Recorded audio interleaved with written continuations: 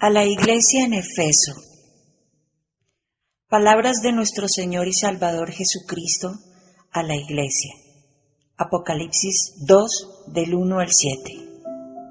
Escribe al ángel de la iglesia en Efeso, el que tiene las 7 estrellas en su diestra, el que anda en medio de los 7 candeleros de oro, dice esto: Yo conozco tus obras y tu arduo trabajo y paciencia, y que no puedes soportar a los malos, y has probado a los que se dicen ser apóstoles, y no lo son, y los has hallado mentirosos.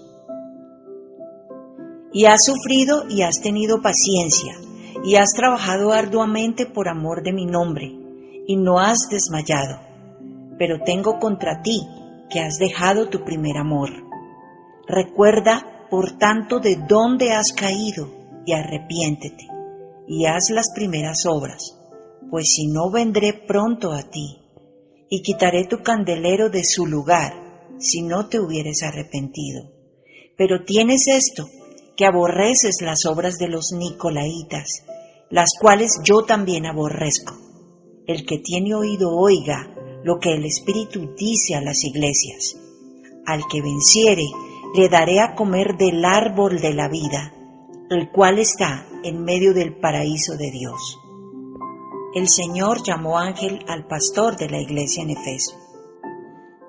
Llama ángeles a quienes predican su palabra y dirigen su iglesia, y realmente es un privilegio que dé ese título a quienes pastorean su rebaño de ovejas en la fe. El que tiene las 7 estrellas, el que anda en medio de los 7 candeleros, es nuestro Señor y Salvador Jesucristo. En el versículo 2 menciona que hay personas que dicen ser apóstoles y no lo son. Parece que había mentirosos entre los de la iglesia en esa época, y el pastor de la iglesia en Efeso los halló mentirosos. Hoy día también hay muchos falsos maestros, falsos pastores y falsos apóstoles. Un apóstol es un testigo especial de Jesucristo porque lo ha visto y anuncia el Evangelio a los demás. Así que es un título que no se le puede dar a cualquiera. Y un pastor es alguien que tiene autoridad para dirigir y cuidar una congregación de creyentes. ¿Quién le da esa autoridad? Dios. La persona siente el deseo de trabajar en la obra de Dios y voluntariamente empieza a hacerlo, evangelizando a las personas.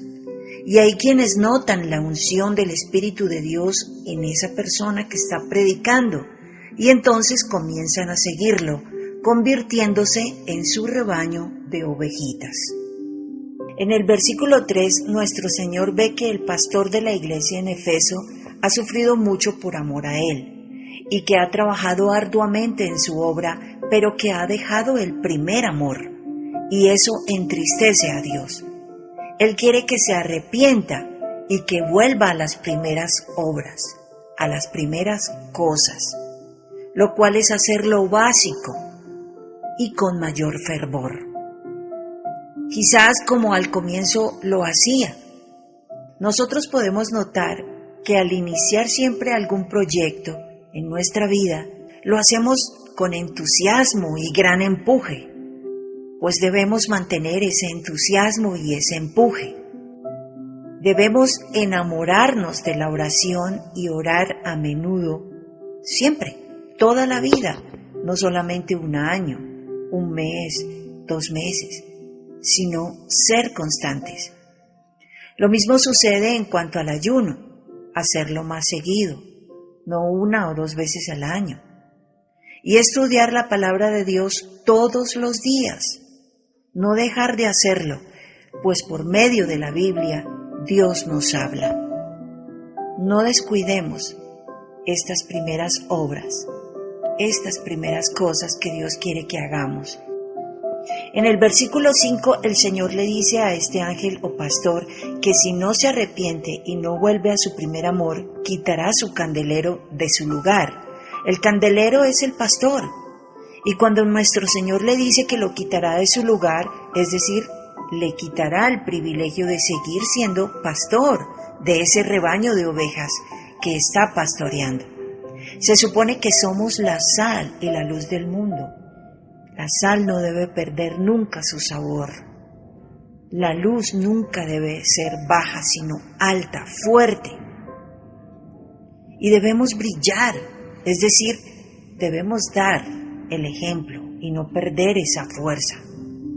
Y aun cuando nadie nos ve, si oramos a menudo o no lo hacemos, o si estudiamos la palabra diariamente o no lo hacemos, o si ayunamos o no, Dios sí nos ve y conoce muy bien, sabe nuestros pensamientos, nuestros sentimientos y deseos, y a Él no le podemos mentir ni fingir nada.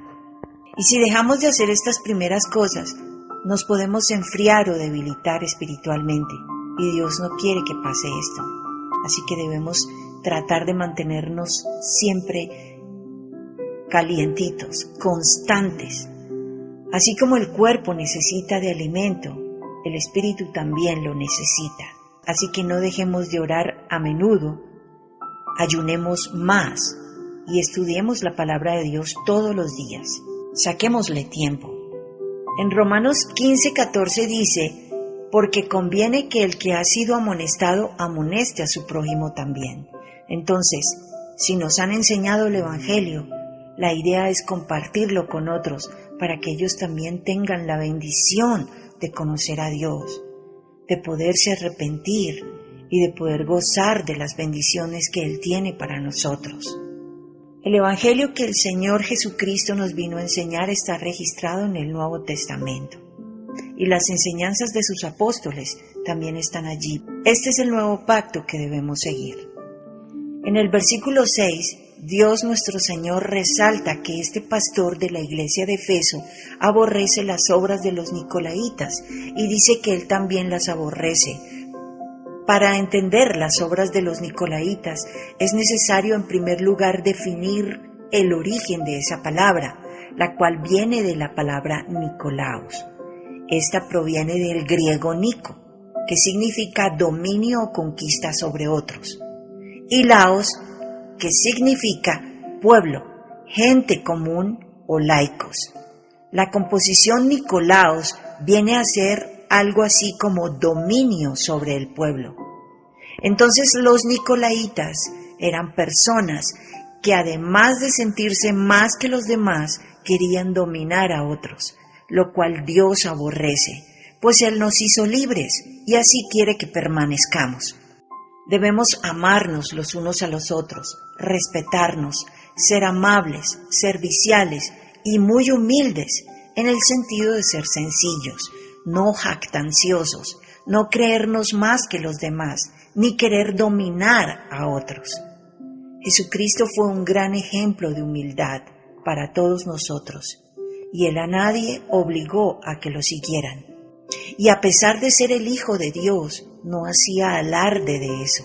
Era muy sencillo, comprensivo, misericordioso y amoroso. Así debemos ser nosotros. Esforcémonos, lo podemos lograr. Jesucristo dijo: llevad mi yugo sobre nosotros y aprended de mí, que soy manso y humilde de corazón, y hallaréis descanso para vuestras almas. Mateo 11:29.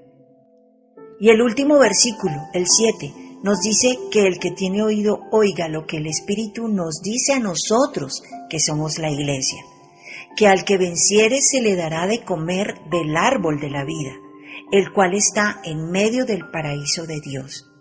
El árbol de la vida es la vida eterna que Dios nos ofrece por nuestra fidelidad y obediencia hasta el fin de nuestros días terrenales.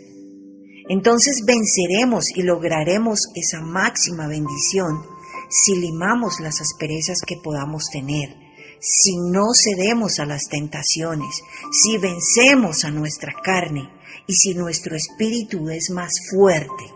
En Romanos 8, del 5 al 6 dice: porque los que son de la carne piensan en las cosas de la carne, pero los que son del Espíritu, en las cosas del Espíritu. Porque el ocuparse de la carne es muerte, pero el ocuparse del Espíritu es vida y paz. Como resumen de todo lo anterior, volvamos al primer amor, que son las primeras cosas y las más básicas que todo cristiano creyente nunca debe dejar de hacer, porque eso desagrada a Dios y se enfría espiritualmente. Él quiere que tengamos constante comunión con Él, que oremos más a menudo, que ayunemos más seguido y que estudiemos su palabra todos los días sin falta, así estemos cansados por la jornada laboral y por el estudio, saquemos tiempo para Dios, pues ese es el principal problema que hoy día tienen los cristianos, que se ocupan en tantas cosas que ya no tienen tiempo para Dios. Y por eso el pueblo de Dios perece, por falta de conocimiento, porque nunca tienen tiempo para estudiar la Biblia y aprender como Dios quiere que lo hagamos. Y seamos mansos y humildes de corazón, seamos sencillos, no nos creamos más que los demás, ni tratemos de dominar a nadie. Si quieres asistir a alguna iglesia, busca una en donde se enseñe doctrina sana, es decir, que se basen en la Biblia y que enseñen el Evangelio de Jesucristo, que estén bien despiertos y sepan el tiempo en el que ya estamos, porque las profecías se cumplen y está próximo a llevarse a cabo el arrebatamiento de la Iglesia de Jesucristo, o rapto. Lee acerca del arrebatamiento en 1 Corintios 15, 51 al 54 y en 1 Tesalonicenses 4, del 13 al 18. En cualquier momento puede ocurrir este evento glorioso y debemos estar preparados espiritualmente para poder participar de él y ser rescatados del tiempo de tribulación que viene para el mundo, en donde se derramarán los 21 juicios de Dios sobre los incrédulos y malvados que se quedarán acá en la tierra y que no participarán del arrebatamiento. Puedes leer acerca de estos juicios de Dios en Apocalipsis capítulos del 6 al 19 y en Isaías 24. ¿Y cómo nos preparamos espiritualmente para participar del galardón del arrebatamiento o rapto de la iglesia? Orando, ayunando, estudiando la Biblia cada día, obedeciendo los mandamientos y amando, respetando y sirviendo a nuestro prójimo. Si no encuentras una iglesia despierta para asistir, entonces además de estudiar por tu cuenta, puedes escuchar o leer por internet a hermanos y hermanas que estén bien despiertos y enseñen doctrina sana, porque se basan en la Biblia para enseñarla, porque enseñan el Evangelio de Jesucristo y creen en el rapto o arrebatamiento, y también porque enseñan acerca de él y enseñan acerca de las profecías cumplidas y las que vendrán para este mundo perverso. La fe es por el oír y el oír por la palabra de Dios. Entonces es bueno también leer y escuchar a otros hermanos. Recuerda que lo que nos salva es la gracia de Dios mediante nuestra fe, no las religiones ni los edificios. Ten una relación personal con Dios siempre, porque la religión pura y sin mácula delante de Dios el Padre es esta: visitar a los huérfanos y a las viudas en sus tribulaciones y guardarse sin mancha de este mundo. Santiago 1:27. Y esto quiere decir que nos preocupemos por servir a quien lo necesite y que obedezcamos los mandamientos de Dios. Así nos mantenemos sin mancha de este mundo. Para alabar a Dios puedes hacerlo congregándote con tu familia, por ejemplo, si ellos son creyentes, o con tus amigos creyentes, en sus casas o en la tuya. Y aún tú solo puedes congregarte con Dios, porque en realidad no estarías solo, sino acompañado con Él. Porque una vez que creemos en Jesucristo como el Hijo de Dios y Salvador y Redentor de la humanidad, y también nos hemos arrepentido y abandonamos los pecados, recibimos el bautismo del Espíritu Santo, que es el bautismo de fuego, y Él ya mora en nosotros. Somos su casa, su templo, así que ya no estamos solos, sino siempre estamos acompañados con Él.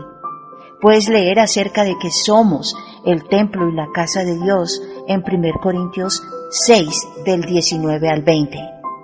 Y recuerda esta promesa que nos hace nuestro Señor Jesucristo: y todo lo que pidiereis al Padre en mi nombre, lo haré, para que el Padre sea glorificado en el Hijo. Juan 14:13. Oremos siempre al Padre en el nombre de Jesucristo, como Él mismo nos lo enseñó. No oremos a nada ni a nadie más, porque eso sería idolatría. Oremos al Padre en el nombre de Jesucristo. En su santo nombre. Amén.